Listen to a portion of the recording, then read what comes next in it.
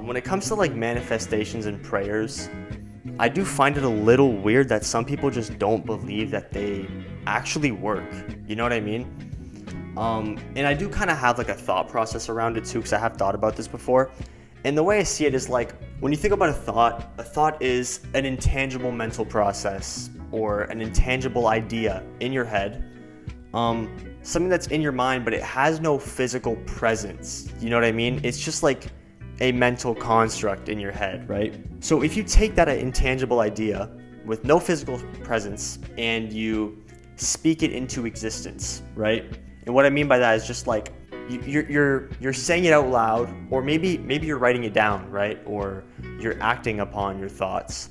But in the context of this video, we're talking about prayers a little bit, so it's going to be more so about speaking it out loud. But when you do speak it out loud, you're essentially giving it a physical presence, or you're giving it life, right? And words, it's one of the only things that can bridge the gap between internal and external, if that makes sense. And in a way, like speaking a thought into existence gives it life, right? So yeah, like I said, thoughts on their own are intangible, but when expressed out loud, they are given a life. They are given physical presence. And once something has a physical presence or has life, it can become true, right? So that's kind of how I think manifestation prayer works. Like once a thought or once something is given life, it has the potential to shape reality or become real, right? And that's kind of where manifestation and prayer comes in, because that's where, you know, they kind of both operate on that principle where you're kind of talking about internal desires or a belief or just intentions, and then speaking them outwardly. Does that make sense? But this is just where I feel like prayer is literally just manifestation times 10, because not only are you speaking it out into existence, if you're religious, well, not even if you're religious, but if you just believe in God, prayer is not only manifesting, but you're also talking to God.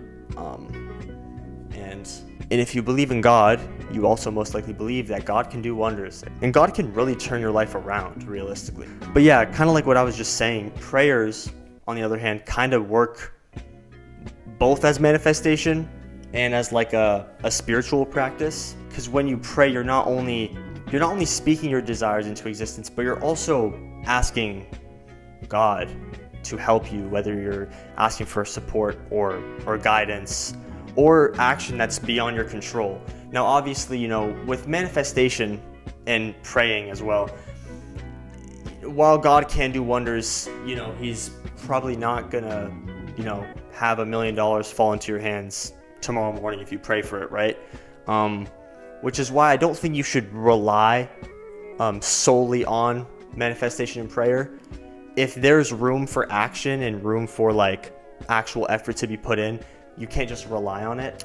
There's going to be a lot of situations where there are things that are beyond your control, but there's also a lot of situations where, you know, you probably, you know, need to put in some effort as well.